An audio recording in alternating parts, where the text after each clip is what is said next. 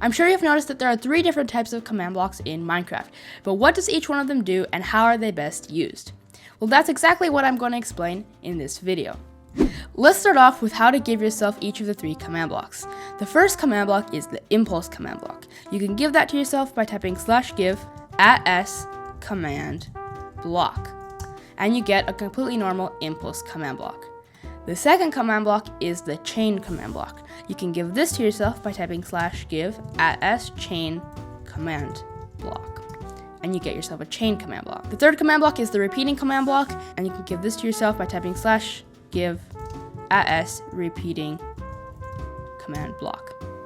Now you have all of the 3 command blocks that you can then place down, and they'll be their respective color. But there is an even easier way to do this. If you just place down a normal command block, inside the first button will actually let you change the type of command block. Right now it's impulse. We can press it to go to chain, press it again to go to repeat, and cycle through all of them. For example, I can go to chain, and it will actually change color. I can click it again to go to repeat, and I can click it again to do impulse. So you don't actually have to have the 3 different types of command blocks in your inventory. You only need one, and you can actually change the appearance straight from inside the command block. Now, appearance doesn't really matter, so let's continue to the functionality. An impulse command block will only activate once it gets an impulse. Both of these commands will give me a diamond, but you'll see that each one of them executes it differently. If I activate the impulse command, it gives me a single diamond because it got that redstone impulse and it activated, but it won't activate again until it gets a new impulse. So the only way to give myself a new diamond is to turn off the power and give it another impulse, and now I've got a second diamond. On the other hand, the repeating command block, it will keep executing the command as long as it has power. For example, if I pull the lever, you see I get spammed with diamonds until I turn it off. It doesn't need a new impulse, it simply needs to get power, and it will repeat 20 times per second. Why 20? Well, that's because Minecraft runs at 20 ticks per second. I'll make a separate video about ticks in Minecraft since there's a little more to them. But for now, just know that the repeating command block will repeat 20 times per second.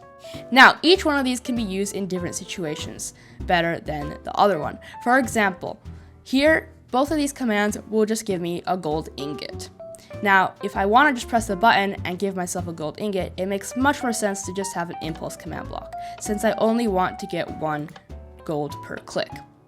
On the other hand, if I use the repeating command block, I do not want to get spammed with gold every time I click the button. I just want to get 1. So in this case, the impulse command block would make a lot more sense. Same goes for a message, for example. If I want to get a message when I press a button, an impulse makes much more sense since it will only send out 1 message. I don't want it to spam the chat every time I press a button, so in this case, impulse is a better option. But repeating command blocks can be used better in other cases. For example, if I want to give myself jump boost as long as the lever is pulled. If I were to just use the impulse command block, this wouldn't work very well since I would get jump boost, but it would quickly run out since it only did it once and it's not repeating as long as this thing is pressed. On the other hand, if I use the repeating command block, it will keep giving me jump boost and it won't run out since it's constantly refilling my jump boost, and it will only turn off once I turn off the power. So now it will turn off. So in this case, a repeating command block would be a better choice. Now, you don't actually need a lever or a redstone source to power these command blocks. Here I have 2 command blocks that when activated, they'll just set a stone block above them. You can see I can't break it. Now in this case, I have a lever powering it. But if I don't need to be able to turn it on or off, I can simply put it on always active. The button on the far right is the toggle for needs redstone and always active. On needs redstone, it will only work like how I showed before, where you have a button or a lever or some redstone source powering it. But if you don't need to turn it on or off, just put this on always active and it will power by itself. You can see it does the same thing as this one, except this one has a lever and this one doesn't. Now, the same goes for impulse command blocks. However, for this one, it's not as useful as you would think. Here I have a command that would just give me an emerald. I can turn it on and off, and then on again to get another one, and so on.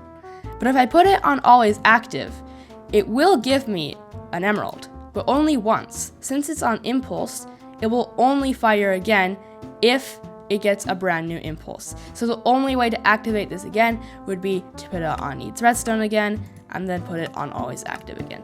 And that's kind of time consuming and not very practical. So in most cases, you're not going to use always active on an impulse command block. Now, we move on to the third command block, and that is the chain command block. And chain command blocks are a lot more complicated, but also a lot more useful. Now, don't be confused, this isn't like a conditional command block. I made a separate video on conditional command blocks, so I would suggest checking that out. Basically, what chain command blocks do is that it runs as a group. This is a chain. You can see that because we have the main power source, which can be either a repeating command block or an impulse command block like I talked about before. And these chain command blocks just come after it. You can see these are all pointing into each other, which means this is a chain. Now these will all activate together. If I power this main thing, you see they all activate. All these stone blocks cannot be broken, and that's because they're all running at the same time. If I turn off just this one, they all turn off. They turn on and off as one big group. Now you could say, but isn't that just the same as having 3 separate repeating command blocks next to each other doing the same thing? And I guess yes, this would do essentially the same thing, except it does have a few downsides. The first downside is that you can't separate them into groups. For example, here I have 2 groups of command blocks, and I can easily turn one group on and the other group on, and I can easily turn them off. And on top of that, I can easily group them into groups, meaning it's much better for organization. Now there's also another downside, which is the order. Here I have a chain of command blocks, and I can see exactly in which order they will go. This one will start off by saying 1, and I can see it points into this one. This one will say 2, and then this one points into this one, and this one will say 3. I can clearly see the order in which they will execute. If I give the button a press, we'll see that it does exactly that. We get 1, 2, 3 in chat, exactly in that order. Now here I have just 3 separate command blocks. They're all powered by redstone, and although they will say the 3 things, they won't necessarily be in the order I think because they're not in a very clear, distinct chain. You see we get 2, 1, 3 because there isn't a very clear order in which these will execute. So basically, yes, this would work as a bunch of repeating commands, and yes, this would work as a bunch of impulse commands, but in the end, this is a lot cleaner, a lot more organized, and a lot easier to turn on and off in big bulks. And on top of that, you don't have to worry about redstone signals running out. For example, here you can see that these 2 command blocks would not get powered because the redstone signal ran out of strength. Now, you aren't limited to a line with chain command blocks. As you can see here, we have a snake going around here and then going up to the side, so we aren't limited to just a straight line of commands. Now, there are rules here. You can't just put them however you want thinking they will work. This is an example of a turn. We see that the chain is going this way, and then it points up like this. This arrow is pointing into this arrow is pointing into this arrow, and this one then goes up into this one, and so on. In this example, this turn would not work. This arrow is pointing into this one's pointing into this one, but this one's pointing into nothing. It's pointing into air. This is nothing. See, these commands aren't even getting powered since this arrow is pointing into nothing. And the same goes for a U-turn. For example, here we have a U-turn. It goes into this one goes into this one, which is pointing up. This one's pointing into this one that's pointing left, and then we follow it onwards. Now, this would be an example of a bad U-turn, since, as we can see here, the line goes here, and then to this one, and then this one's pointing into nothing. There's nothing here, it's not powering anything. The same thing goes for this one. This one's pointing up into nothing, there's nothing above it. And then these 2 aren't even getting powered since nothing is pointing into it. So make sure that when you're doing a turn, that the arrows point into the next one. As soon as you see an arrow that's pointing into nothing, you know that's where the chain ends. Nothing after that is running. So in this case, none of this would be running since this is pointing into air. Now, the last thing that is so important, do not forget this under any circumstances, is that chain commands are always active.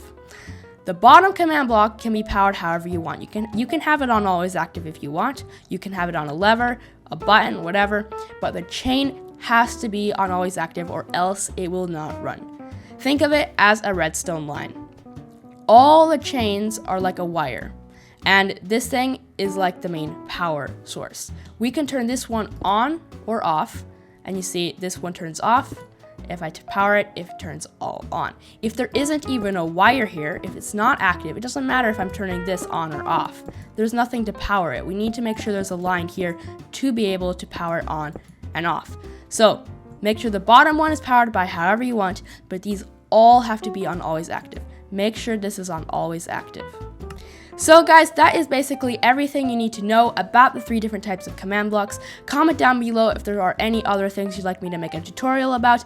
And with that, I'll see you in the next video.